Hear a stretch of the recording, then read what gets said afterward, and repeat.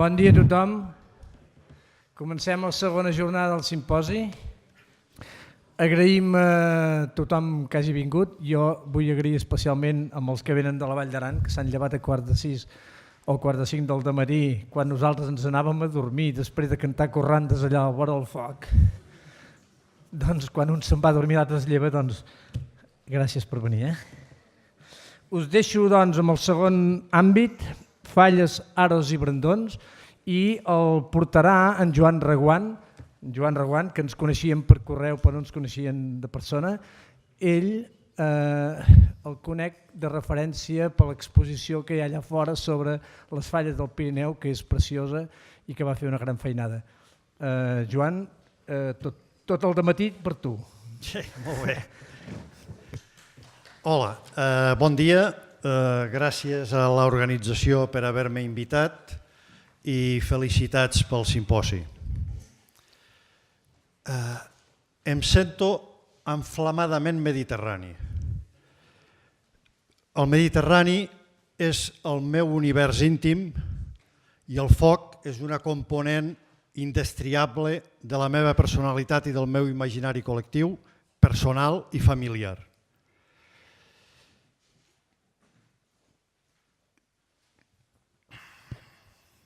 Bé, aquest matí tractarem el tema de les falles. Jo, de totes maneres, voldria dir dues coses. És situar aquesta festa, component essencial de la Mediterrània, una paraula clau a la Mediterrània, no exclusiva, però sí fonamental, la festa, com una expressió genuïnament nostra.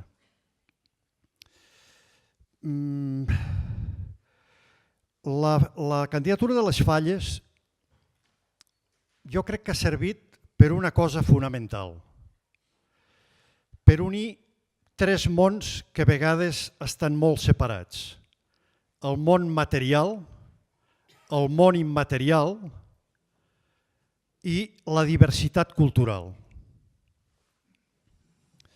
Tot i que les falles es van inscriure com a patrimoni cultural de la humanitat, les falles no tenen lloc en un núvol, sinó que tenen lloc en un context físic, que són els Pirineus, i dintre d'aquests Pirineus, en contextos locals, plens de matisos, d'identitats. Per tant, aquesta ha sigut una gran fita d'aquesta candidatura, i l'altra candidatura i l'altra fita ha estat posar de relleu la diversitat cultural, és a dir, el foc ens uneix, les falles uneixen a moltes comunitats pirinenques, però en canvi, dintre aquesta unió, ressalta la gran varietat de solucions per fer una falla, la gran varietat de manifestacions per celebrar la falla, la gran varietat de gestos per aproximar-se al foc, la varietat de músiques, de danses, de rituals. Aquesta candidatura ha servit també per traspassar fronteres, per contribuir a reforçar la construcció d'aquest lloc que es diu Pirineu, que transcendeix les fronteres dels estats, i això ha servit realment per adonar-nos-en. L'Occitània, Catalunya, l'Aragó, Andorra, ens hem sentit tots una família durant aquests 2 anys de treball, parlant llengües diferents, però sent tots una família, amb expressions tan diferents com pot ser l'aro de l'Aran, la fia falla de Bagà, les falles voltejades, les falles d'Isil, etc. Ha servit també per redescobrir-nos com a comunitat pirinenca. És curiós que comunitats que estaven separades amb línia recta per una dotzena de quilòmetres, malgrat que per carretera eren bastants més, gairebé ni sabessin que estaven fent falles els uns i els altres. I ha estat també majestuós, diria jo, adonar-se que hi havia pobles que estaven fent la idèntica falla sense haver tingut cap connexió històrica coneguda, profunda coneguda. Recordo ara el cas de l'Aragó de Saünt i el cas d'Andorra la Vella, que fèiem exactament la mateixa falla. Per tant, jo crec que sempre dic que les candidatures de la UNESCO, l'important no és la inscripció, l'important és el camí. És allò que molts han cantat, han escrit en poesia, l'important és el camí. I amb aquesta candidatura l'important ha estat això, el procés. La inscripció no és mai la finalitat. Sempre hi insisteixo perquè a vegades es cau amb l'error de pensar que la inscripció és el final del camí. La inscripció no és res més que una fita important, emotiva, tots volem guanyar. Evidentment, reeixir una inscripció porta plen d'emoció, d'energia positiva, però no és res més que una fita en el camí, i aquest camí continua. I a mi em fa especial plaer saber que aquest camí continua i no s'ha acabat. Us he de dir que jo personalment, que he participat en diverses candidatures, estic impressionat de l'energia d'aquesta candidatura i d'aquestes comunitats, d'aquesta 60ena de comunitats al voltant dels Pirineus, perquè si hi ha hagut energia i força per construir aquesta candidatura i per inscriure aquest element del nostre patrimoni cultural, n'hi ha tanta o més per seguir endavant, per federar-se, per imaginar i realitzar projectes comuns, per respectar-se i admirar-se profundament els uns i els altres i per contribuir cadascú amb la seva diversitat, amb les seves essències, amb les seves rels, amb les seves trajectòries, per construir aquesta identitat pirinenca comuna.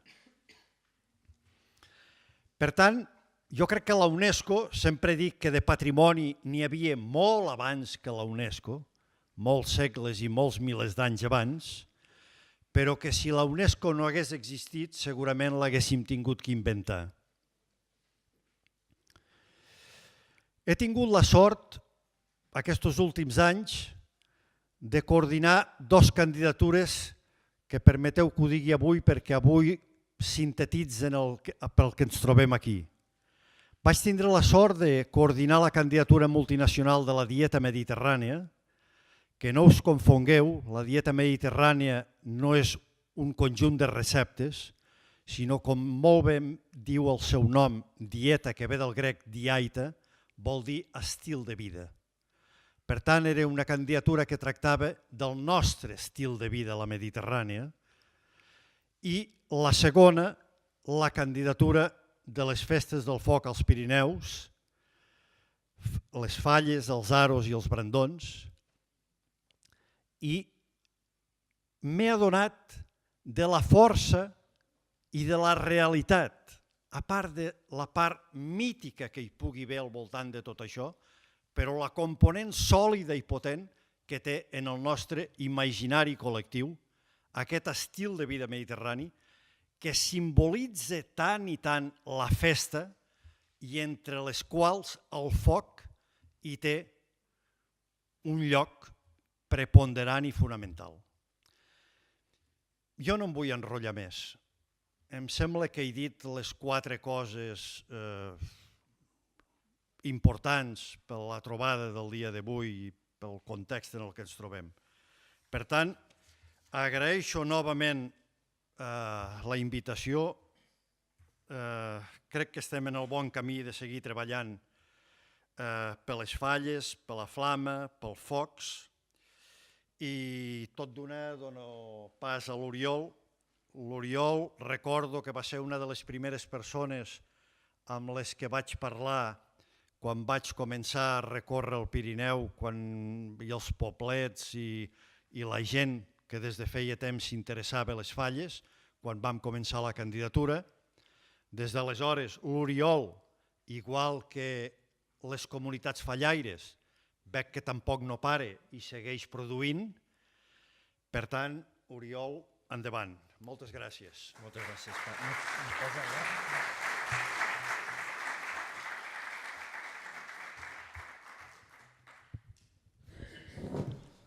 Bueno, primer de tot, donar les gràcies.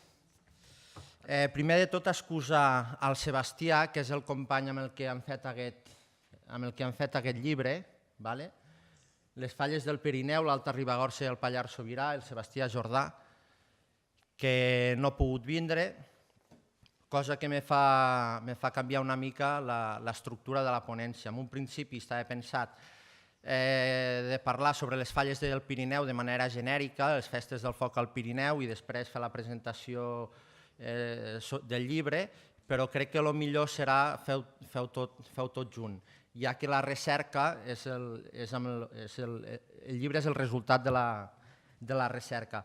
El primer que faré serà enumerar ràpidament les diferents festes del foc, una mica per contextualitzar la ponència, tot i que ja m'ha ajudat el Reguant, i tampoc pretenc agafar protagonisme de les diferents comunicacions que ho explicaran de manera més genèrica.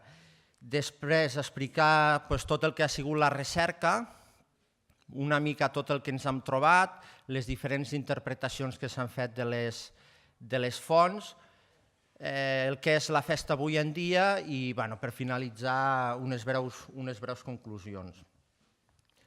Sobre les festes del foc al Pirineu, entenem com a festes del foc del Pirineu les que una mica són les que són més peculiars, és a dir, més enllà de la típica foguera de barri i les que identifiquen el Pirineu. I aquí tenim, començant amb les festes del solstici d'hivern, que és una representació del foc molt interessant que es fa a Bagà i a Sant Julià de Cerdanyola. No tinc el cursor, no, és aquest puntet d'aquí? Vale, el veieu, Es tracta d'unes torxes confeccionades a partir de tiges, que assecades les uneixen i poden arribar entre el metro i mig i 3 metres. Després hi ha el aro a l'est i el taro a Arties, són les representacions de la Vall d'Aran, que es tracta a grans trets és un gran tronc esberlat que es planta al mig de la plaça i al voltant del qual es celebra tota la festa. Això és l'aro de l'est, vam tindre la sort de poder-hi anar. La imatge de sota és el taro d'Arties, això ja ho explicarà el Boia. El Brandon seria una mica, és bastant similar, però és a la part francesa. Quina llàstima que no haguem pogut trobar cap representant. L'any passat vam tindre la sort de tindre el Bernat Menetria a Esterri. Jo estava convençut que hauria vingut aquí.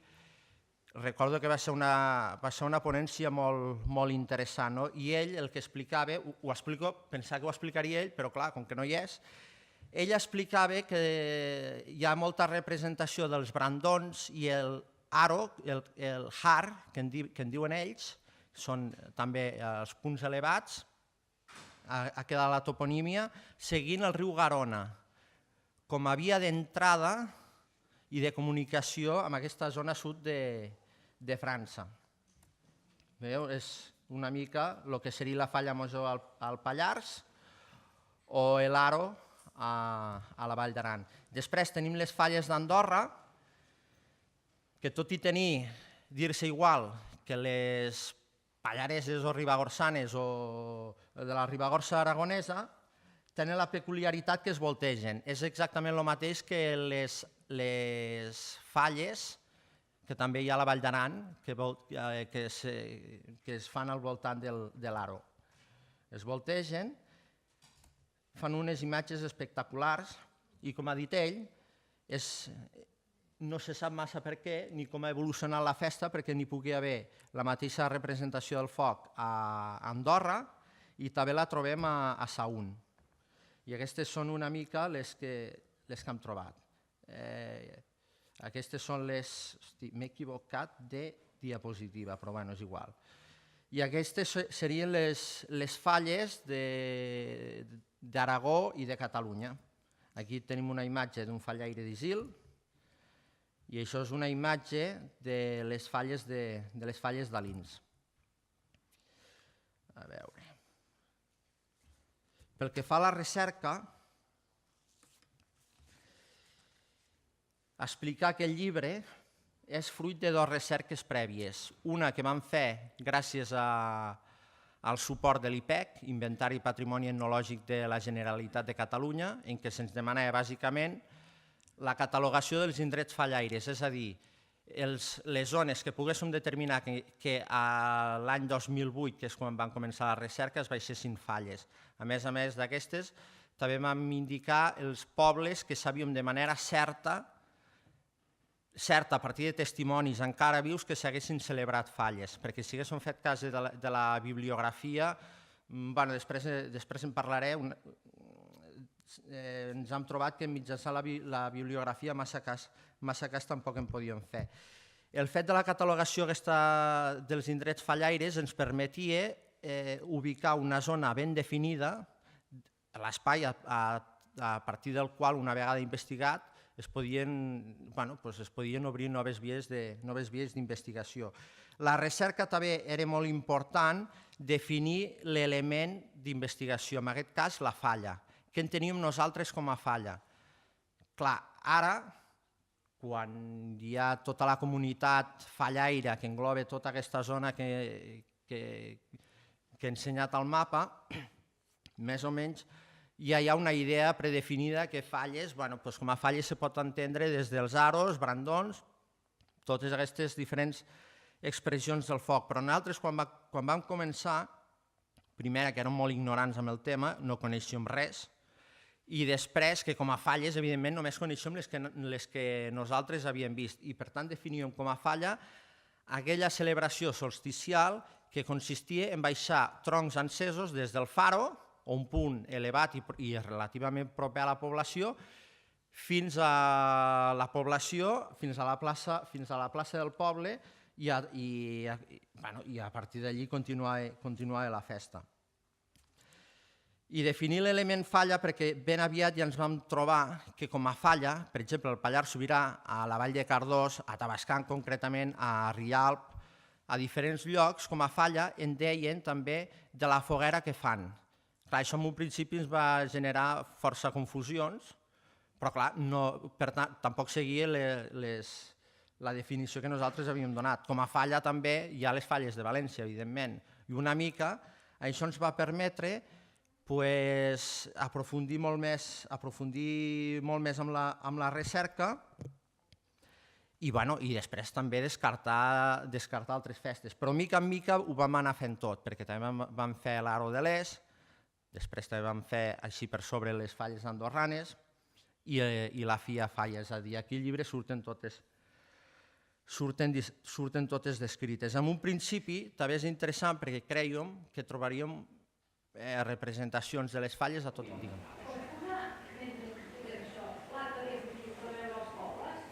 Sí.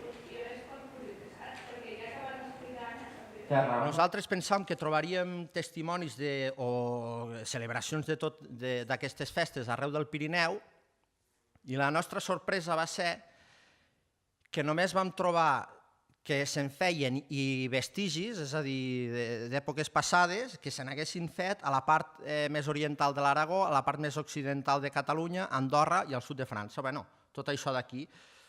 És possible, segurament, que a partir d'aquesta recerca i futures que n'hi hagi, que vagin sortint nous pobles, però a nosaltres el que ens vam trobar va ser això. I a més, és una dada que no pretenc pas en absolut polititzar, però que és interessant de donar-la, que són tots de parla catalana. Bé, menys el sud de França, però com a falles són aquestes. I Sant Juan de Plan, que queda una mica més a l'interior de l'Aragó. Respecte a la recerca bibliogràfica, va ser molt intensa en un principi, ens va permetre fer un estat de la qüestió sobre la recerca prèvia i ens va donar pistes sobre les possibles localitats que s'haguessin celebrat falles. Però ben aviat vam acabar amb la bibliografia existent, perquè hi ha malauradament molt poca recerca feta. A més, venen a dir-nos la majoria de llibres consultats que se celebraven falles a la major part del Pirineu, però de manera així genèrica, sense aportar cap mena de dada ni testimonis que així ho acreditin. Sembla, i a més, totes les explicacions que es donen sobre les falles sempre partien del mateix origen simbòlic. Sembla com si a partir unes determinades explicacions simbòliques s'haguessin anat transmetent de generació en generació sense ni posar-les en dubte ni contrastar-les. És important, en aquest sentit, destacar un treball que va fer un antropòleg, el Fericle, crec que va ser als anys 90, a partir d'una observació directa de les falles d'Isil, en què aquest, concretament, jo, per exemple, que he participat moltes vegades a les falles d'Isil, ell el que fa és rizar el rizo sobre els elements simbòlics, de tal manera que jo no m'hi sentia en absolut identificat. Tant és així que arriba a deformar la realitat, encara que pugui semblar una mica exagerat el que diga, però hi ha inclús vegades que sembla que arriba a transformar la realitat per tal que quadri amb les seves explicacions simbòliques. No sé si m'explico. O sigui, ell parteix d'unes explicacions simbòliques i a partir d'aquestes explicacions simbòliques adapta la realitat, quan crec que hauria de ser precisament tot el contrari. I després també és important l'aparició del més recent del llibre del Foc al Faro, del Sergi Ricart i el Xavi Ferrer, que van donar una entrada important d'aire fresc en aquest tema. Vam fer una petita...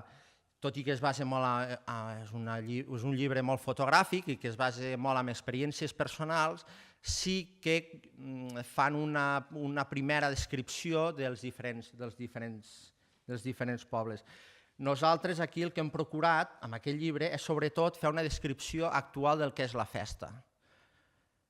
I a partir d'aquí que cada qual es faci els simbolismes que vulgui. Nosaltres no hi hem volgut entrar en això. Però, clar, entenem que l'important, sobretot, és deixar constància de lo que és la festa avui en dia, 2008-2015, aproximadament. I no a la inversa, i no intentar fer quadrar els elements simbòlics a partir d'unes suposades mitologies, etc. Després ha sigut molt important també la hemeroteca. Hem trobat alguns articles, tampoc gaires, escrits al voltant del solstici d'estiu, destacant, per exemple, una mica les referències més antigues que ens hem trobat. Igual em falta alguna perquè ho vaig fer ahir de memòria a la nit, vaig fer 4 notes. El 1886 hi ha la referència del Verdaguer, a la seva obra El Canigó, que fa referència de les falles. És molt interessant això perquè els diferents pobles se les apropien. I Verdaguer no va estar, a través de la seva bibliografia, dels seus diaris, on explica les diferents sortides i excursions que va fer, no va estar en cap moment en territori fallaire quan aquestes es van celebrar. Després, al 1902, trobem la primera referència bibliogràfica, que és a la Veu de Catalunya, sobre les falles d'Isil. També al 1902 trobem a la Revista de Aragón un article també molt genèric sobre Pont de Suert de Vicente Castán. Al 1904 trobem el Morelló del Centre Excursionista de Catalunya, parlant també de manera breu, però bueno, ja està bé, sobre les falles d'Isil. Després, al 1911, una referència que considerem important, que surt a La Veu de l'Empordà, amb un diari que es diu La Veu de l'Empordà, on surt una poesia sobre les falles. Per tant, també ens ve a dir que si el Verdaguer va ubicar les falles al Canigó i a La Veu de l'Empordà publiquen una poesia sobre les falles, doncs algo devien conèixer aquesta gent. Potser ja no se'n baixaven, no sabem, però igual hi havia alguna representació que podria estar vinculada amb lo de la flama del Canigó. No sé, ja que estem aquí, ja que hi vam parlar del tema, que seria interessant aquesta via d'investigació. Després també l'any 1923, La Vanguardia, amb un article del Valeri Serra Boldú, descriu sobretot les falles al Pont de Suert, però també deixa constància d'altres pobles, i l'any 1927 a la revista Mai Enrere del Centre Excursionista de Gràcia, el Joan Riba, fa un article sobre les falles d'Isil. I a partir d'aquí ja són més successius, tot i que ja apareix el Violant i Semorra, ja apareix l'Amades i després ja són una mica més continus. Però és molt interessant, a veure si algú me sap contestar. Aquesta és una pregunta que adreço directament als que hi van fer la ponència, que vaig trobar interessantíssima, sobre literatura i la nit de Sant Joan. A què es deu aquesta absència de documentació sobre les falles del Pirineu quan és una manifestació que se considera tan antiga? I a més, quan pel mig han passat tots els folcloristes, fills de la Renaixença, en què la Renaixença, un moviment cultural, com sabeu, que el que pretenia era buscar els orígens, les arrels de la cultura catalana, de la pàtria, que en diuen ells, i aquestes arrels de la catalanitat les anaven a buscar a les zones rurals, zones de muntanya, perquè consideraven que eren zones que havien quedat, que l'essència de la cultura era molt més pura que a les zones urbanes, perquè havia tingut menys influència d'altres cultures, i perquè estava menys influenciada de la cultura urbana industrial d'aleshores que començava tot el tema de la revolució industrial. I un dels eixos de la Renaixença, com una mena de ritus, era el tema de l'excursionisme, que els permetia recórrer, conèixer i estimar la terra. I, de fet, trobem moltes referències dels folcloristes del Pirineu, moltíssimes. Si hi ha temps, després vos llegiré una de preciosa, del dia de Sant Joan. Però, en canvi, ningú parla de les falles del Pirineu. Ningú. Hi ha la referència aquesta del Verdaguer i poca cosa més. Jo crec, una de les explicacions podria ser que quan ells parlen d'entorn rural i Pirineu, bàsicament entorn rural o muntanya per ells era el Montseny, que era el que tenien més a prop, i Montserrat. I el Pirineu que tocaven era sobretot el Pirineu de Girona, que era el menys agreste i també el més proper. Tot i això hi va haver el Verdaguer, que se'n va anar, que realment va recórrer tot el Pirineu. El Bosc de la Trinxeria també ho va fer, però en canvi, a part d'aquesta breu referència, no hi ha res més. I una altra explicació que se m'acut a mi podria ser que aquesta imatge dels fallaires o dels ritus de foc estés molt allunyada amb el sentit de salvatge, entre cometes, de la imatge que ells pretenien donar de Catalunya. No ho sé, perquè també és molt curiós que agafessin tot el tema del romànic vinculat a la llegenda, a les llegendes medievals, a tota la seva història medieval, ja que consideren l'esplendor de la pàtria, i en canvi no haguessin tractat en absolut tot aquest tema. És una pregunta que deixo en l'aire i que nosaltres intentem respondre també al llibre i que pot ser una hipòtesi també d'investigació. Després, també fer recerca d'arxius. Aquí sí que passo una mica perquè vull mostrar algun. Això és sobre arxius. El document més antic que ens hem trobat és del Capbreu d'Arties. Bé, és un document que parla dels... Això, ho parlaràs tu, això? No? És un document d'Arties que vos el llegeixo i diu: havia junta lo dia de Sant Joan Baptista després que havien alçat lo faro en lo qual dia tan solament permeteren que los cònsols puguen gastar 2 mitgeres de vi tan solament a plos qui faran i alçaran lo dit faro, i si més gasten, sia a sas expenses. I volem que les sobredites juntes sien i anul·lades per a sempre per nosaltres i nostres esdevenidors. Aquí s'està dient que la gent que fa el faro i el pugen i l'aixequen, que siguin recompensats amb això. I després un altre de molt interessant, que el que hem trobat el concepte falles i faro, falles, l'element material de la festa, i el faro des del punt de sortida, és aquest d'un llibre de comptabilitat de Vilaller, que diu falles, aquí, a la 1, 2, 3, a la quarta, començant per sota, i posa falles i faro, gasto de vino, 12 sous i 2 diners. No sé si ho veieu, a la quarta, començant per sota. De la documentació d'arxiu pràcticament no hi ha res i té una explicació, és molt lògica. Totes aquestes festes eren fetes bàsicament pel poble, no eren festes mantingudes pels ajuntaments, diguem, o per les administracions de l'època. De tal manera que qualsevol element que no comportés ni beneficis ni despeses, ells no ho anotaven al lloc. També he trobat un altre document molt interessant a l'Arxiu Històric de les Valls d'Àneu sobre les falles d'Isil, on se deixa constància, i és una carta casual que envia l'Ajuntament amb un grup de música, i on s'explica que es demana el grup si pot assistir a tocar la vetllada, se li explica el plan que hi ha, són 3 dies, i que tot això va a càrrec dels joves del municipi.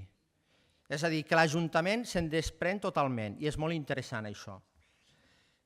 Després, una mica les interpretacions i les noves aportacions, això aniré una mica ràpid perquè si no ja veig que me queda poc temps.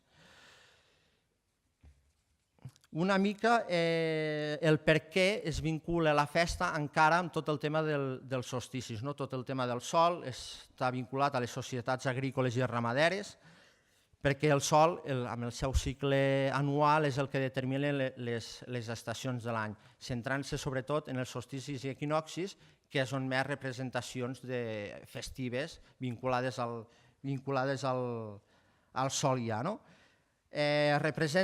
Teòricament, les explicacions que en donaven era que per màgia,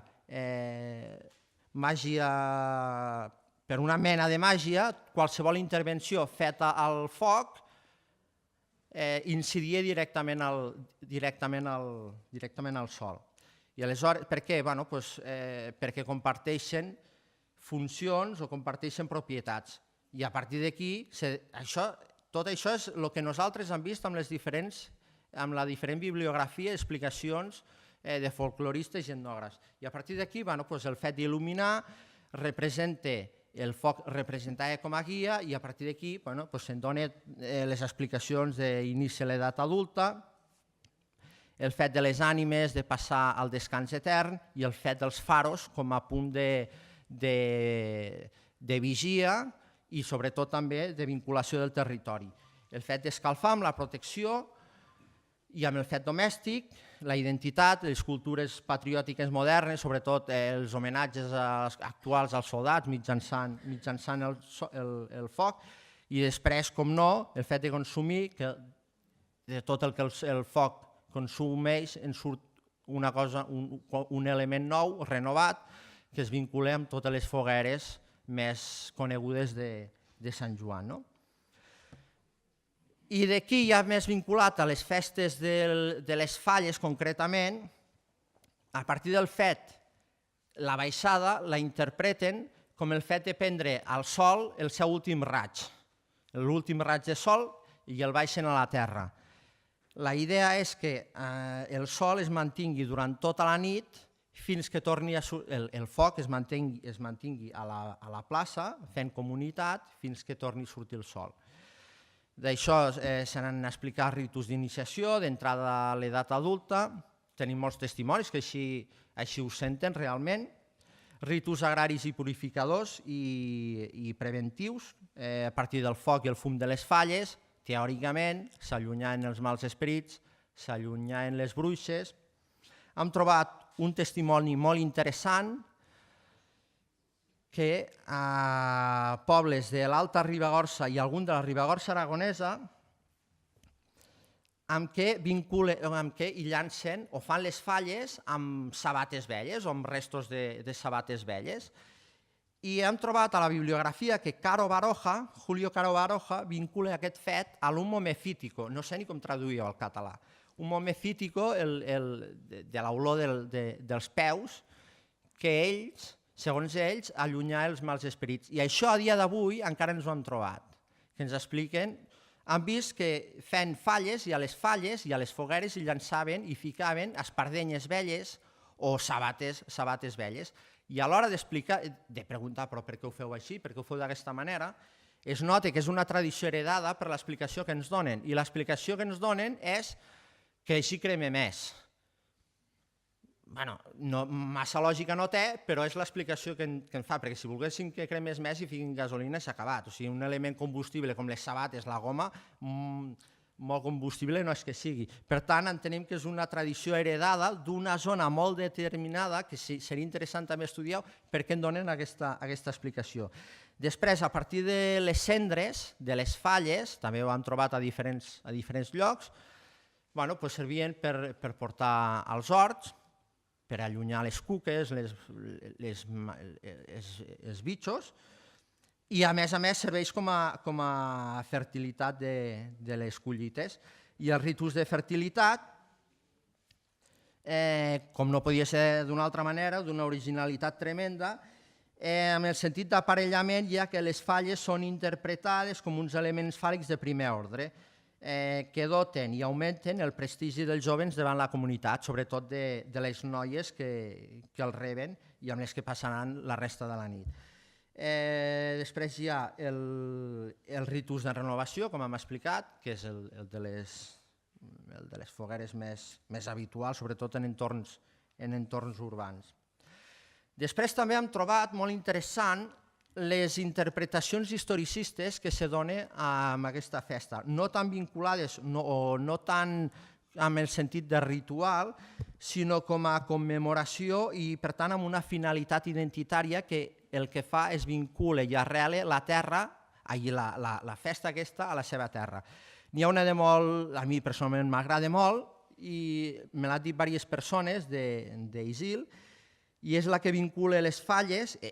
Quan ho expliquen són conscients que es tracta d'una llegenda, no és que ningú s'ho cregui, però és un relat molt interessant, i és el que vincula les falles amb l'abdicació del castell de València, dels comtes de Pallars, a mans dels Cardona. I aleshores Caterina Albert, que era la comtessa, és acompanyada pels fallaires fins a Andorra. També és molt interessant a la Ribagorça i a Andorra, que vinculen les falles al fet que les tropes, la cultura mora, els moros, el que es coneix durant l'Àndalus, per això no van arribar mai a ocupar el Pirineu. Per què? Perquè al veure tots els fallaires se van espantar davant de tant foc i ja no van arribar mai.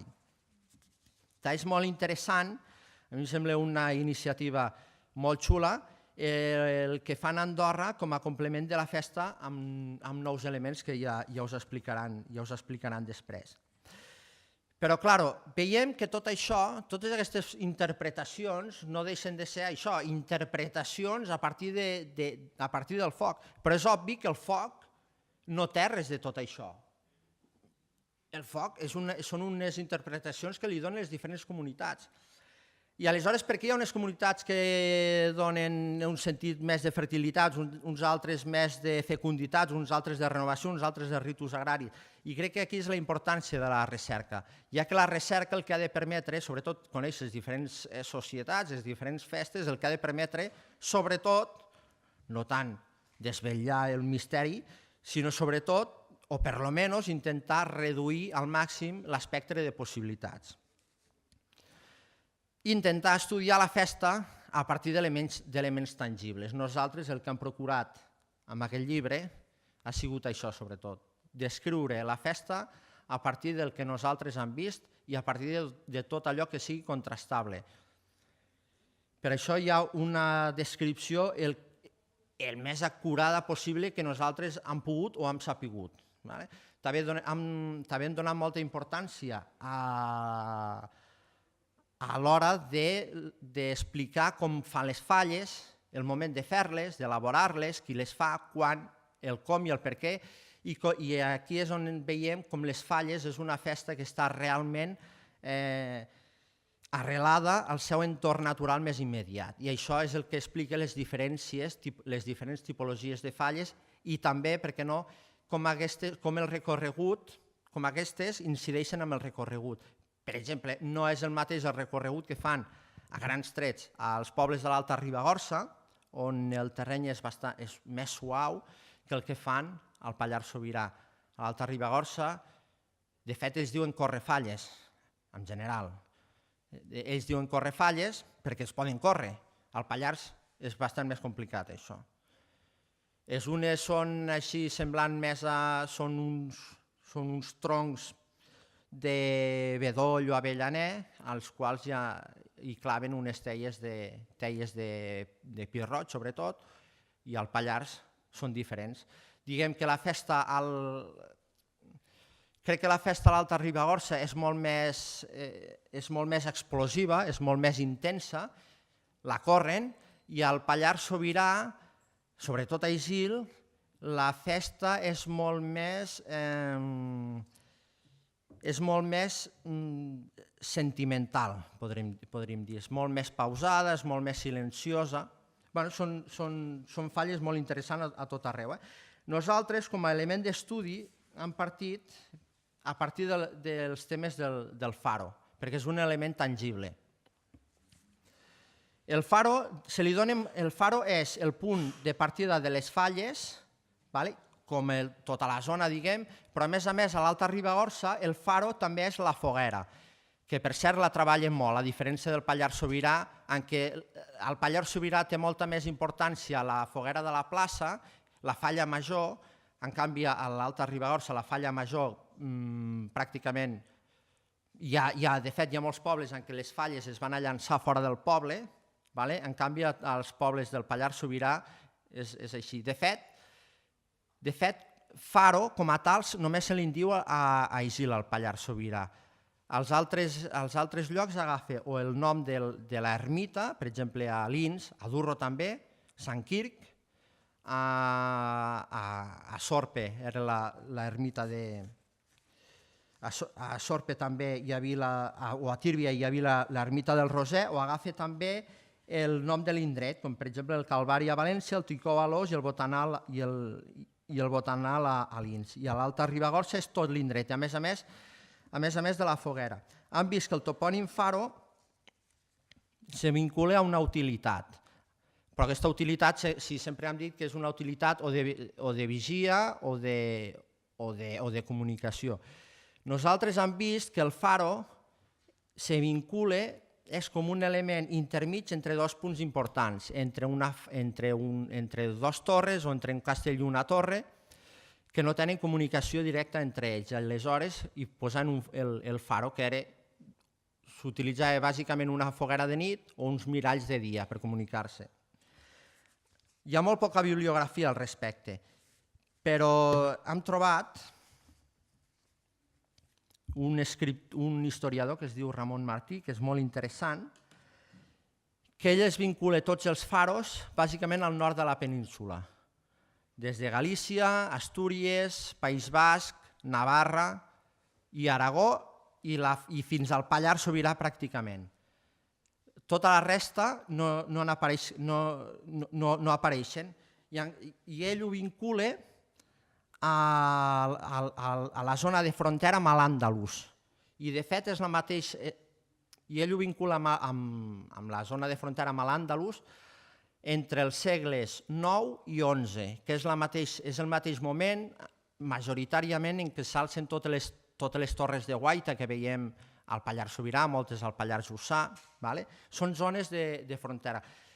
Per tant, això, encara que no ens explica ni l'origen de les falles, ni tan sols ens explica perquè les falles es baixen dels faros, sí que pot ser també un altre element o punt d'estudi, tot el tema aquest dels faros, i que, per cert, ja permet acotar una mica més el tema de la celebració aquesta, o per lo menos entendre que potser abans dels faros, abans que hi fossin els faros, es feia totalment d'una altra manera. El concepte faro no existia, el concepte faro ve de Grècia, és exportat a partir mitjançant els romans i fins al segle VII no s'utilitza com a element interior, sinó que sempre se troba a la costa. Això és el faro d'Isil. Veieu, tots els fallaires abans de baixar, la foguera ja està preparada, veieu el desnivell, a sota hi ha el poble, i això és el mateix faro d'Isil a l'hora d'encendre les falles. I la festa avui en dia, què passa? Què ens trobem? Hi ha molta gent que diu, mitjançant lectures que qüestionen tots aquests ritus, que veuen que s'ha mantingut molt bé l'estructura, s'ha mantingut el significant de la festa, és a dir, l'estructura i l'execució dels ritus, el que és la baixada, però en canvi és buit de contingut, perquè consideren que les societats que van donar origen a tots aquests ritus, evidentment, no existeixen. Però jo crec que el significant s'ha mantingut perquè les festes són així, en general, són conservadores, són molt estrictes amb les seves estructures, és que si no seria impossible que els ritus, que la festa fos tradicional i s'han transmeten de generació en generació, però el que canvia precisament és el significat. I avui en dia, ja aniré ràpid perquè potser m'estic passant una mica, i avui en dia els significats que donen és sobretot el tema de l'element identitari. És important destacar el contingut social de la festa, l'abans, el durant i després de la baixada. Com ja he dit, és una festa molt arrelada al seu entorn natural i, a més, amb tot el context que se suposa tan globalitzador i que teòricament havia d'engollir totes les festes locals, el que ha succeït precisament és el contrari, que la gent se vol sentir identificada amb el seu una mica per diferenciar-se de la resta. És important explicar la festa, que hi ha dos punts ben diferenciats, el que és la baixada i el que permet difondre la festa i donar a conèixer el poble, però sobretot jo crec que l'element més important és l'elaboració de les falles, que és quan el poble es reclou en si mateix i és quan el poble realment, que jo crec personalment que l'essència de la festa és aquesta, és fer coses en comú i després celebrar-ho. És l'hora de la feina, a l'hora de fer-la, de manera distreta i divertida, i després l'execució a l'hora de cremar-les. Després ja, evidentment, el tema de les falles com a element festiu, molt vinculat també a noves generacions joves, que són les que, sobretot, els pobles que les han recuperat, sempre han vist que han sigut joves, que han volgut recuperar les festes a partir de testimonis antics i moltes vegades també se les han inventat. I, evidentment, del que no es pot desprendre les falles... Aquí també és molt interessant això de l'element festiu i dels joves, que és una cosa que ens hem trobat, sobretot a l'Alta Ribagorça, i és que la percepció de les falles, clar, evidentment canvia des del punt de vista de l'observador, des de l'espectador, diguem, o des del punt de vista del participant del fallaire. I des del punt de vista del fallaire sempre són molt més admirades i reconegudes aquelles falles, aquelles baixades complicades, com per exemple tenir el referent d'Isil al Pallars Sobirà o de Taüll a l'Alta Ribagorça, perquè són camins més agrestes, són més complicats, per tant es permet vincular amb el tema de l'esport i també amb el tema de l'aventura. I de fet han canviat, hi ha pobles, hi ha localitats que han canviat el faro de lo que es baixava tradicionalment per fer-lo així, per fer-lo una mica més atractiu en aquest sentit. Les falles com a element turístic. Jo crec que les falles com a element turístic és un element que permet vincular la festa, sobretot, a un entorn rural, a un paisatge, a uns sentiments. Tot el tema rural, evidentment, sabeu que és un tema que ven molt, però clar, això també pot tindre una contrapartida, i és que a les zones rurals, malauradament, no se'ns acaba de treure aquesta etiqueta del falsament típic, el falsament rural, com si no es pogués evolucionar cap a una cultura, entre cometes, més urbana, tinguent, evidentment, les mateixes comoditats que qualsevol altre lloc. I el tema de la UNESCO el que ha permès ha sigut sobretot donar-se a conèixer, m'ha agradat molt com ho has explicat. Nosaltres, quan vam començar tot el tema de la recerca, ho explico molt per sobre, perquè soc conscient que m'he passat de l'hora, perdoneu.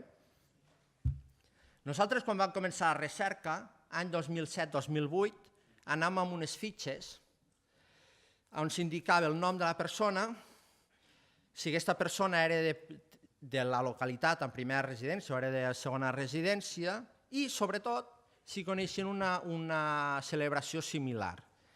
I era molt curiós perquè les falles d'Isil, que ja havien estat declarades festa patrimonial d'interès nacional per part de la Generalitat l'any 91, i per tant, vulguis que no, eren bastant més mediàtiques, tothom a tot arreu les coneixien. En canvi, quan anàvem a Isil, les falles d'Alins, dic de manera en general, sí que hi havia gent que potser estava una mica més ficada i ho coneixia, sabien més de cada poble, però en general, els dies que fem les falles, que va ser quan vam portar totes aquestes fitxes, en general no coneixien les falles d'Alins, que eren de la mateixa comarca. No coneixien les falles de València d'Àneu, no les coneixien i se celebraven. I a més, també era interessant perquè sabien que es feien falles a la Ribagorça, però era com una cosa genèrica. A l'alt sabem, mos sona que a l'Alta Ribagorça fan falles, algun poble. En canvi, anàvem a Lins, per exemple, i passava el mateix. A Isil ho coneixien totes, i a l'Alta Ribagorça també. Sabem que hi ha algun poble de l'Alta Ribagorça que se'n fan. Anàvem a l'Alta Ribagorça, a Isil es coneixien totes, però dintre de l'Alta Ribagorça hi havia poblacions que no se coneixien, i tant és així que parlant amb el mateix Xavi Ferrer, que va fer l'altre llibre, que hi havia fet una recerca també, no sabien d'Aneto i Senet, un és Aragó, l'altre és Catalunya, només se separen pel riu, no se coneixien de l'una a l'altra. I Isil, torno a repetir, que les coneixia tothom. Això també, parlant amb el Xavier Pedrals, també passa exactament el mateix amb la Fia Falla. Per tant, és una festa que sobretot és una festa de caire local, però que s'ha anat consolidant i ha anat sobrepassant fins a arribar a ser nacional a partir de la declaració de festa patrimonial de les d'Isil i després, ja l'any passat, ara al mes de desembre, ja van arribar a ser patrimoni de la humanitat, però sempre, que jo crec que és el més important, sempre, sobretot, el seu caràcter local. Tant és així, a Esterri, jo soc d'Esterri, gent de la meva edat no saben que a València d'Àneu encara es fan falles. València d'Àneu està a 2 quilòmetres i des d'Esterri se veuen, hi ha un punt que es veuen les falles i no ho saben. I això quan ho explico ara la gent no s'ho creu, inclús dintre de la mateixa comunitat fallaire. I això és de les coses que més m'han sorprès a l'hora de fer el llibre. I a més, és que tenim, quan ho fem això, amb les fitxes aquestes, Clar, ara sembla que no pugui ser, perquè ara, evidentment, la festa s'ha fet molta difusió i s'ha conegut a tot arreu. I llavors jo crec que una mica com a conclusions explicar això, que les falles són un patrimoni amb un fort caràcter local, que gràcies a la seva consolidació i difusió han permès establir uns vincles entre els diferents valls i cultures del Pirineu, més enllà de fronteres i administracions. I crec que aquesta identificació amb aquest patrimoni festiu ha creat unes sinergies que caldria explotar en benefici mutu, establint també unes maneres de fer respecte a la festa, basades sobretot, en primer terme, en la recerca, ja que la recerca és la que ha de permetre identificar els temes eix a l'entorn del qual gira i evoluciona la societat i, per tant, també la festa en tant en quant és forma d'expressió d'aquesta comunitat. La recerca també ha de permetre omplir de contingut històric i dotar d'un relat contrastat i ferm a partir del qual es poden establir les fractures i lligams entre el passat i el present, entre les generacions que ens han precedit i la nostra, en fi, que permet mostrar l'evolució de la festa i intuir-ne les futures evolucions i modificacions. I la recerca, sobretot, és l'activitat que ha d'orientar la conservació i la difusió del patrimoni. Si no és així, podem convertir aquesta festa tradicional en un espectacle buit de contingut i dirigit únic i exclusivament als interessos turístics. La recerca, finalment, ha de permetre crear un relat de la festa que sigui útil d'acord al moment i al context actual. És a dir, jo crec que no té sentit explicar la festa amb les suposades vinculacions de fertilitat i dels mals esperits. Crec, personalment, però per sobre de tot, i més enllà d'aquestes teories socials, la festa s'ha de celebrar i sobretot s'ha de viure com a sentiment que és. I fins aquí. Moltes gràcies.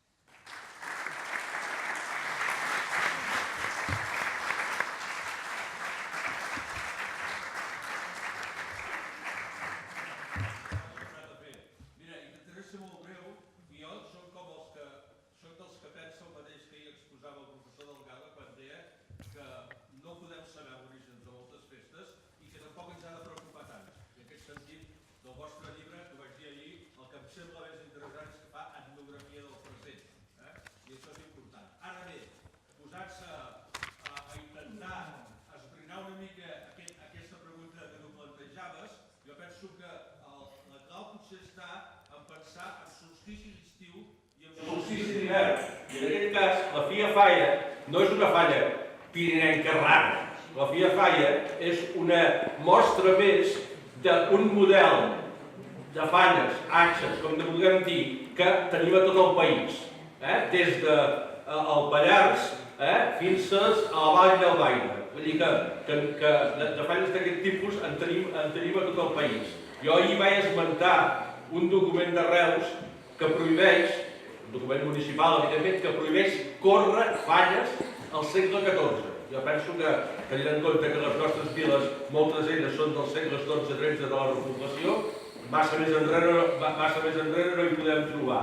El tema, al sud del País Valencià ens trobem, però també al Priorat, ens trobem el costum de fer giravoltar, igual que a Andorra. El que passa és que el gran material d'aquest tipus de falles serà l'Espigo o el Barberó. Aquí al costat mateix, ben a prop geogràficament de Vic, hi ha Taradell, que també reben els reis amb falles d'Espigo, jo penso, o matxes d'Espigo. Jo penso que si ens mirem això, si ens mirem els dos solsticis i vinculem, veiem que hi ha una història territorial, hi ha un àmbit territorial que penso que ens permet anar força més enrere, i que ens situem. I evidentment sí que podem establir diferències, perquè les d'estiu, les de solstici d'estiu, que seria el model més pirinenc, clar, a l'hivern segur que no en planteu d'arbres a dalt de la muntanya, perquè probablement hi ha metre i mig de neu, si no n'hi ha més, no? Per tant, hi ha un tipus de materials que es correspon al territori, mentre que les d'herbes es corresponen més a totes aquestes que es generen al voltant de la serralada prelitoral. Per tant, vull dir, no ho sé, ho veig bastant... Si ens mirem al conjunt del país, penso que podem intentar avançar en aquesta visió més àmplia. De fet, al llibre fiquem diferents exemples d'aquesta evolució. És a dir, per exemple, al Pont de Suert, sabem, a veure, en general el paisatge no té res a veure ara que fa 50 anys, ja no dic 200, 50 anys. Hi ha molts pobles que avui en dia el recorregut per on baixen les falles s'ha boscat tant que hi ha molts punts que no es veu. Però abans és obvi que no era així. Sobre el que tu me comentes, per exemple, on ara és bosc, abans hi havia molts punts que era cereal o eren camps. I al Pont de Suert, per exemple, hem trobat que les falles les feien de sègol, si no recordo malament. I és molt interessant veure aquesta evolució. O sigui, a mi, ara parlo des del punt de vista personal i el que més he disfrutat fent el llibre és quan anàvem a un poble i ens ficàvem a parlar amb la gent i el primer que te diuen, per lo general, és no, nosaltres les falles sempre les hem fet igual. Doncs agafem i marxem. Clar. I el xulo, crec jo, de la festa és poder-la dotar de contingut històric, és a dir, per què a tal any es va deixar de fer, perquè t'està explicant sobretot un fet important d'aquella societat. Per què tal puesto es va deixar de fer, perquè ara en comptes de fer-les d'això les fan d'aquest altre material. I el Pont de Suert permet una evolució molt xula en aquest sentit. Ells feien falles a partir de tiges de cereal perquè ells al seu municipi no tenien bosc. Aleshores, a partir dels anys 50, amb l'arribada dels treballadors de l'ENER, que van triplicar o quadruplicar la població, aquesta gent era gent que venien de fora i tenien uns altres costums festius relacionats amb el foc. Ells feien les fogueres urbanes, diguem. Què passa? Que tota la gent del Pont de Suert van considerar que allò de les falles ja era passat de moda i van ser influïts per l'altra cultura i van deixar de fer les falles. Les obres dels pantanos de l'ENER, per fixar el territori, per fixar el terreny, perquè no cedís sobre els llacs, el que van fer va ser plantar molt pi. És el que es feia a tot arreu. A més de les repoblacions forestals, que va haver anys 50 i 60 sobretot. De tal manera que a partir dels anys 80, quan hi ha la creació de la nova comarca, l'Alta Ribagorça, a diferència, que és sorgida del Pallars Jussà, van tornar a fer les falles, però ara ja les van poder fer la típica falla ribagorzana a partir del pi que havien plantat precisament tota aquesta arribada de l'ENER. Una mica... Però és que així amb tots els pobles, així amb tots els pobles. Igual que hem pogut documentar, per exemple, que a Isil va haver l'any, si no recordo malament, l'any 78 o 79, que van estar a punt de deixar-les de fer, i el que aleshores era l'alcalde de la població se va plantar i va dir, escolta, o es fan falles o no hi ha festa major. I aquell any les van fer amb pals de telèfon. I el Jan Grau ho va documentar i ho va fotografiar. I és una de les fotos que... Això és el que...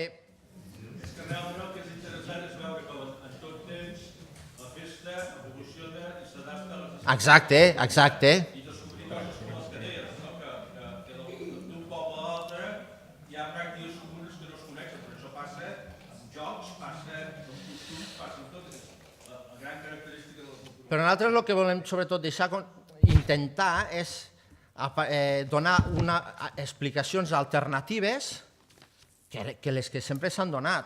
I per donar explicacions alternatives a les que sempre s'han donat, partim d'investigacions alternatives també, evidentment, a partir dels faros, a partir del tema de la bibliografia, etc.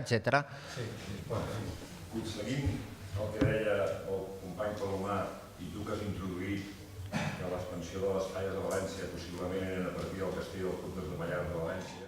No, m'he explicat malament, Però jo en tot cas volia complementar que les poblacions on tens en aquests moments falles vives com a focs d'hivern del País Valencià, sota el nom de Fatjos és el Nil, sota el nom de Xames és a Xixona, a Tibi i un altre poble de la Marina Baixa, i que en concret en l'exposició de falles i fogueres que teniu allà fora, que sabeu que hi ha uns còdics QR, hi ha un d'ells que és un vídeo de totes les falles dels Fatjos del Nil, on tota la visualitat és igual que com si estiguéssim a Andorra la nit de Sant Joan.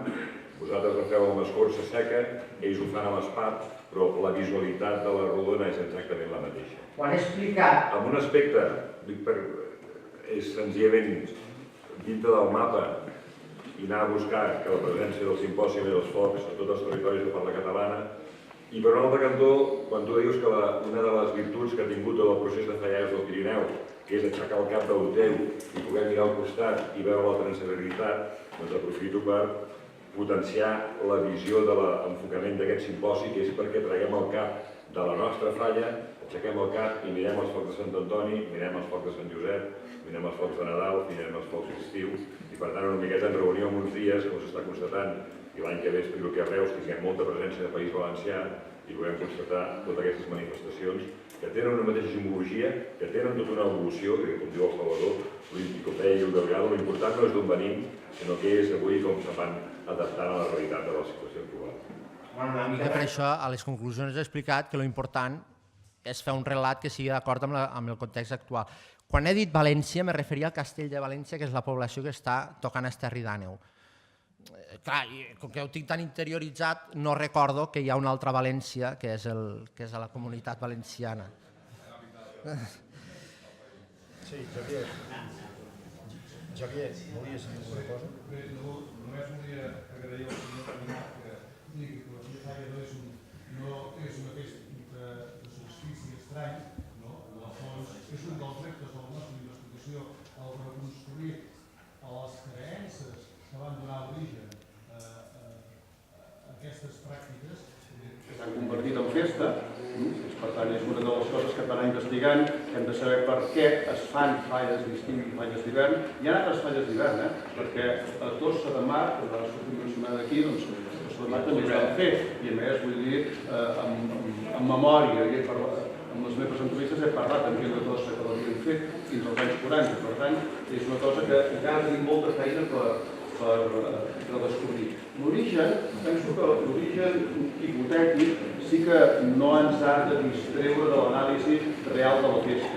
La Falla Falla, en el segle XX, ha patit 5 intents de reestructuració perquè en ser en una societat dinàmica les festes o s'adapten o desapareixen o serveixen o no hi són. Hi ha 5 intents de reestructurar la Falla Falla perquè hi havia una consciència de crisi, sobretot a vegades que és molt dinàmic, que ha estat molt dinàmic. És un poble que tenia 900 habitants en 1940 i 2.600 en 1960. Cosa molt excepcional a muntanya, és un poble de muntanya gran. I després ja en parlem una mica d'aquestes reformes, però penso que el repte tampoc s'ha de deixar l'origen, perquè les creences que van donar lloc a això també les entenem, perquè algunes estan molt interioritzades encara ara. Ja n'hi hem parlat.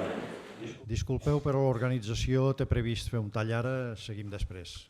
Gràcies.